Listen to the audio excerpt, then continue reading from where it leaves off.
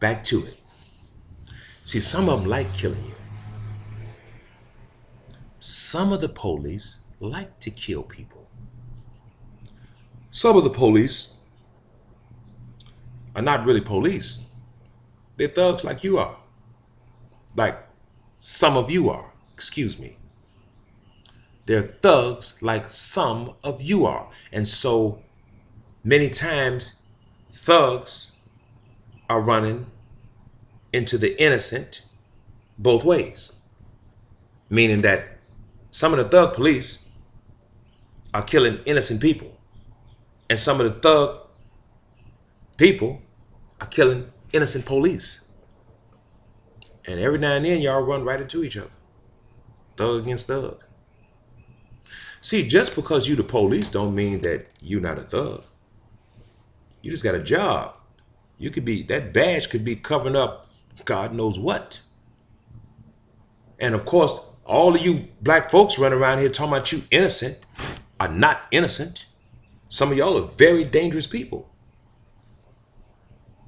And you need to make it we all, some of you, no, I'm sorry. Many of us are dangerous people. I think in a way America's dangerous. I think America's a dangerous place. I think it's a lot of killing in America. People don't care. People want to shoot them guns, man. People like kill. I mean, if you look at television, that's all you see. Discovery ID, forensic this, criminal that. I mean, America is sensationalized with crime. It's all about crime because America is all about crime. As a matter of fact, if you take the A off of America, the first A, and the other A off the end, Americ A, and move the two of them, you have the word Merrick left, M-E-R-I-C, or C-R-I-M-E. America's crime. America was built on crime. America was built on slavery. That's kidnap. Starts off with kidnap.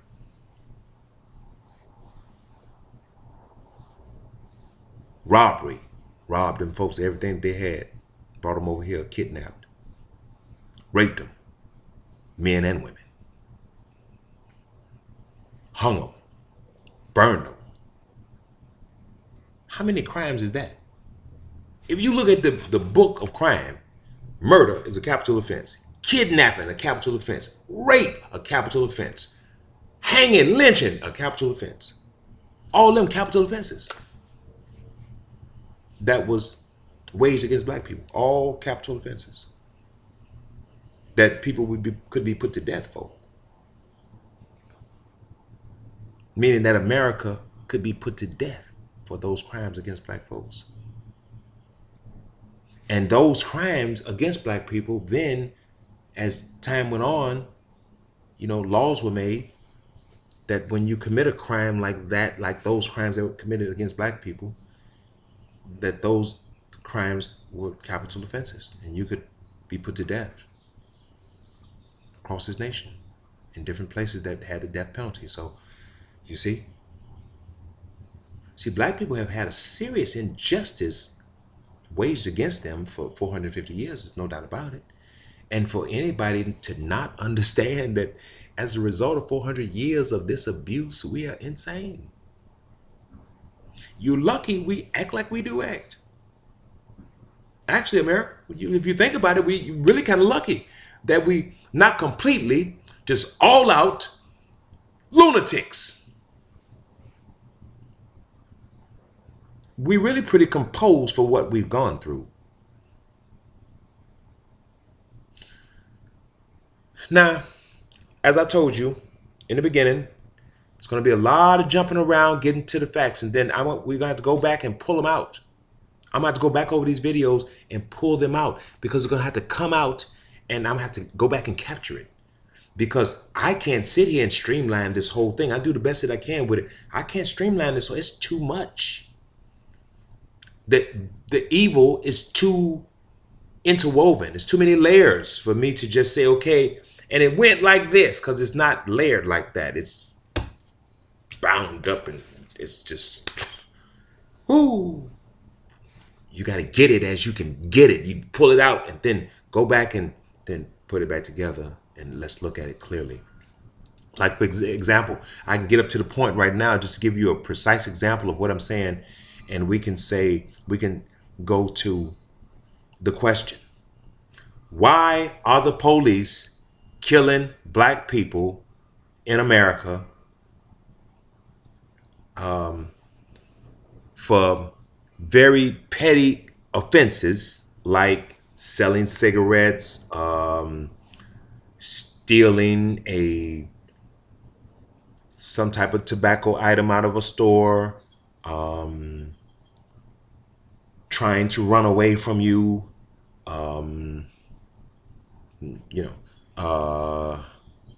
not following your orders, or walking out with a play gun and you just immediately start shooting?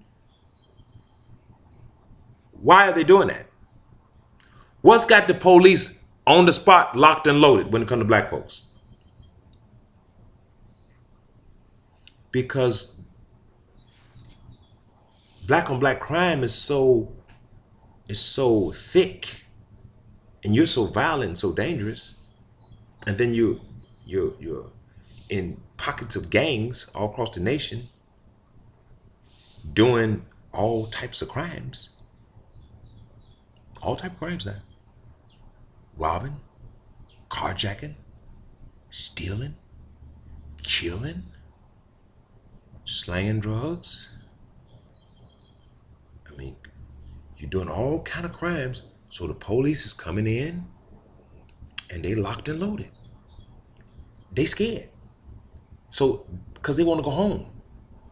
And that's, and many, and all of them not scared. Some of them are just concerned.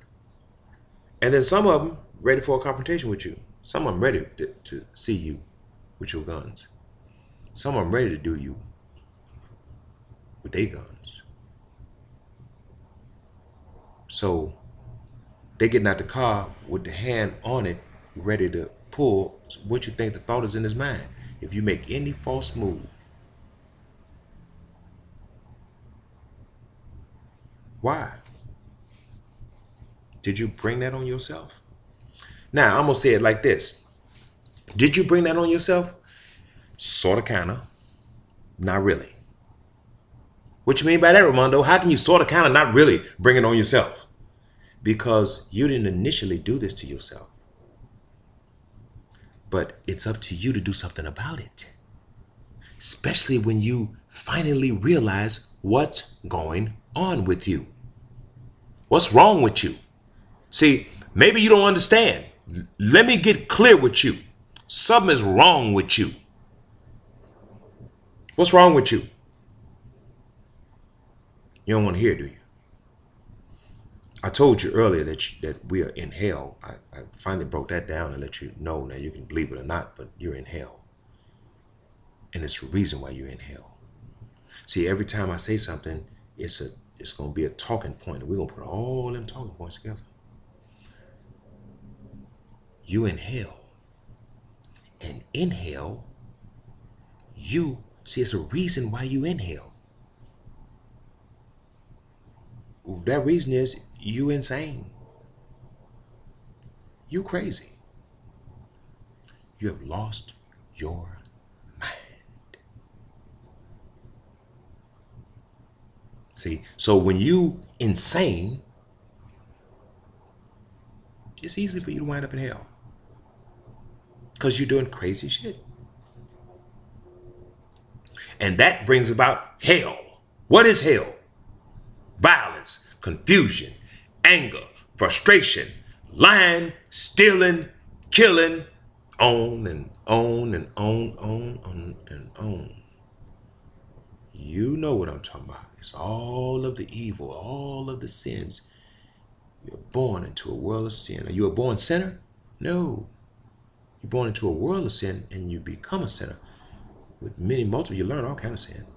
You just start sinning. And what is a sin? Things that you do against yourself and others. That's what sin is. Violating yourself and others.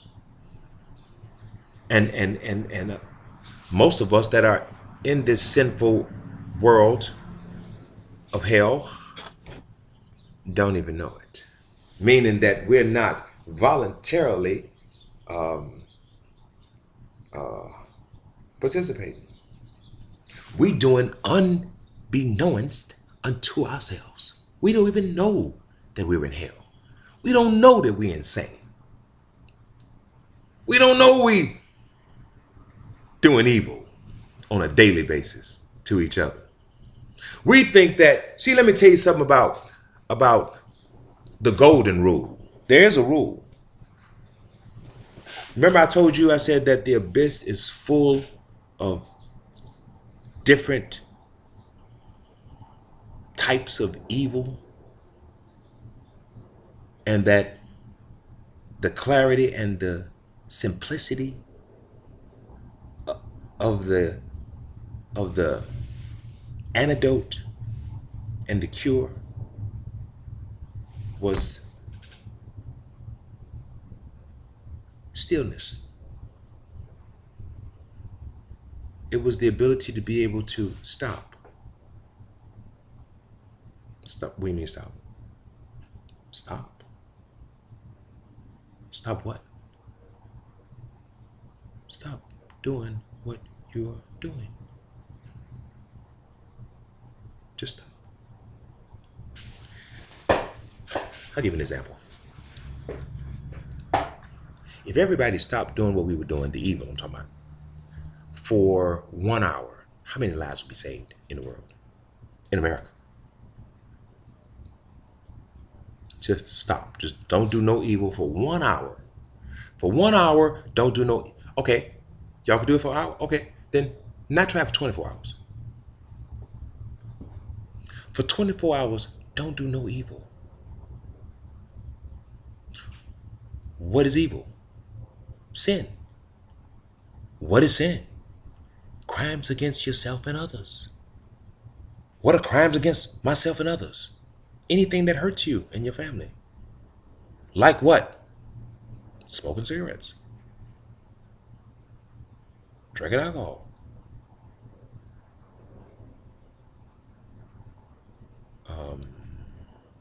Doing drugs. Killing. Lying. Stealing. Stop. 24 hours. 1 hour. A minute. 1 minute. Just 1 minute. Don't do none of that. Don't do no killing. Don't do no stealing. Don't do no robbing. Don't do no murdering. Don't do no crimes against other people. And then don't do none against yourself. Smoking. Ain't that a crime against you? Don't smoking make you have cancer? That ain't good for us. We know that. Now, remember now, I know I'm preaching to the choir. I mean, but I was guilty of all that. So I'm not saying, see, I'm not a preacher, and I'm not preaching. I'm talking. I'm having a conversation. You don't, you got to stop. You just got to stop. It's simple. See the simplicity of busting the abyss, the poverty, the sore is to be clear and simple. You just got to stop doing what's feeding it, and replace that with something good. It's very difficult for me to figure to sit here and unravel this thing, but you've got to just see it, because it's you that's got to get it. You got to stop doing what you're doing. Crimes against other people, black on black crime, and crimes against yourself. That's what you got to do. Now, how can you do that? That takes strength. What kind of strength? Powerful strength within to stop. It takes a powerful strength. It takes, before strength, it takes understanding. Why you're stopping, what you're stopping for, and what kind of effect you're going to see as a result of your stopping. What are you going to see? Let me put it like this. If all the black folks in America said, okay, for 30 days, we're going to stop doing that and keep the money in our community. The money that we would have spent smoking cigarettes, doing drugs, drinking alcohol, killing, robbing, and stealing, and taking from each other, and causing all these problems. Because what you don't understand is that when one black person get hurt, all of them get hurt.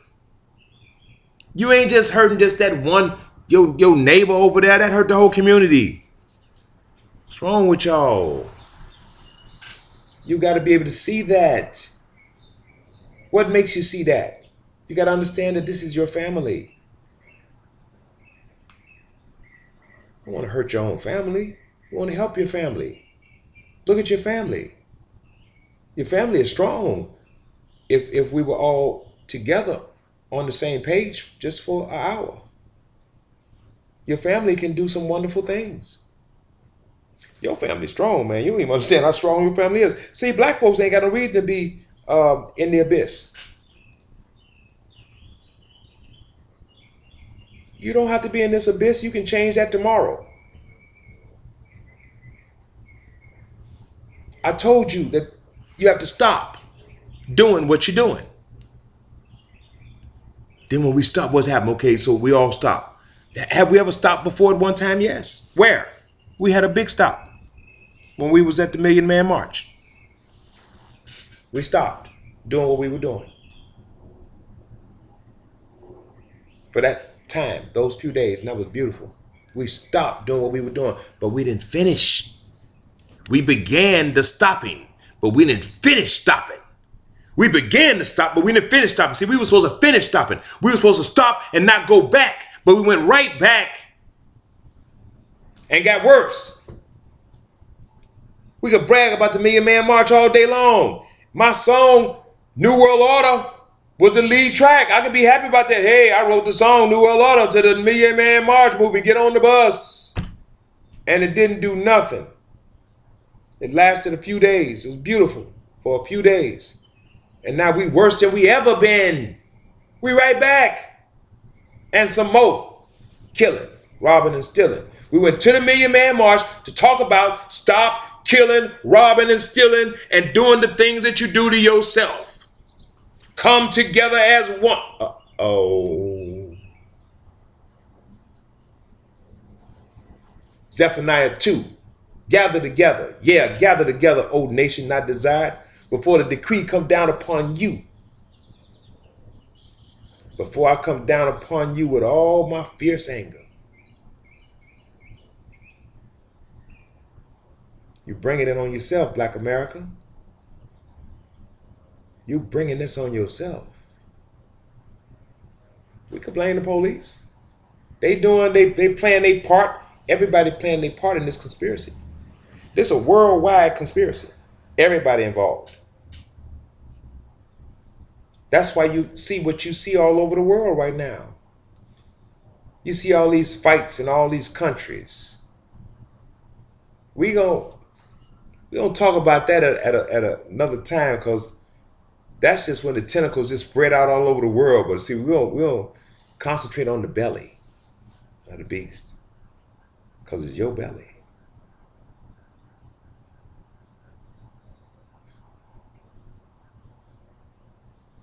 You the beast.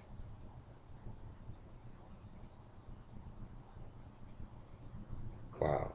I know that's, you say, oh, that man crazy. No, I'm not. You are the beast.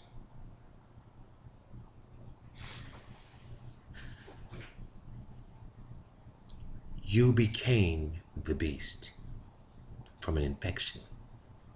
You start off as a little bitty infection, Black America, and now you are a full-blown beast. It's like having HIV and then becoming full-blown AIDS. Now we're full-blown AIDS. All over this nation, we're killing each other. And then we're so ignorant that we want to look and say, the police killed a black man. You just killed 50. We ain't saying nothing about that. I'm not saying he right, he dead wrong.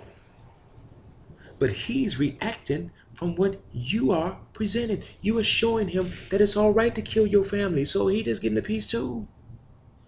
Everybody wants some of this demon, some of this sacrifice. Took me a long time to figure out what the sacrifice was and what it is. It's in the Bible too. It's called the daily sacrifice. I'm not trying to get religious. I'm not going there. I'm not the one. I don't want no ties. Unless it's uniti. U-N-I-tie. That's the tie I'm looking for. I don't need your money like that. Give me the money from my business, from me doing the work that I do economically. Let me earn that from my creation, from the work, from my work. You can purchase my work. I appreciate that. But I don't want you tithing to me, for the church, for God, because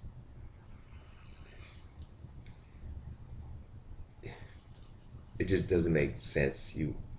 We can find a place to put our money and to make it work for the whole of us. Matter of fact, that's something else we need to talk about at a point, and that's the Black Bank. I'm going to get into that. Oh, I want y'all to know too, I wrote a book called In God We Trust, A Black New World Order. I am the author of that book, and it talks about all of this that I'm talking about right now.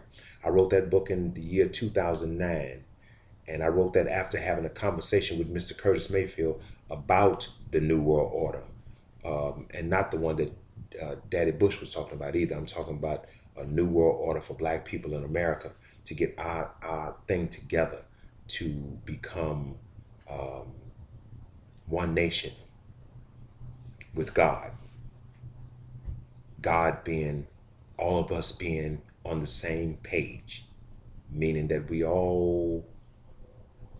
have a principle. We have a principle, and we'll let that principle be God for us. And you can call it whatever you want to call it, because it is God. See, God is principle. God is the truth. See? So God, you just say, okay, God is the truth, right? And God's truth. And when you got truth, you got peace. See, that's what truth do. Give you peace. God is the truth. So whatever the truth is, we'll let that be God. And then you can call that whatever you want to. I don't want to get into divisions. I'm not with the divisions. I'm with the truth and the peace of it. And God, the God principle that and I know I'm jumping. Like I said, we don't get all this back together. The God principle is the principle of something very simple. It is what we need to bring our Black community together in the United States of America. And once we do that, then the rest of the world will see our rising from this, and then they will say, whoa, look at that. Black people have cured their own problems. Do we need reparations?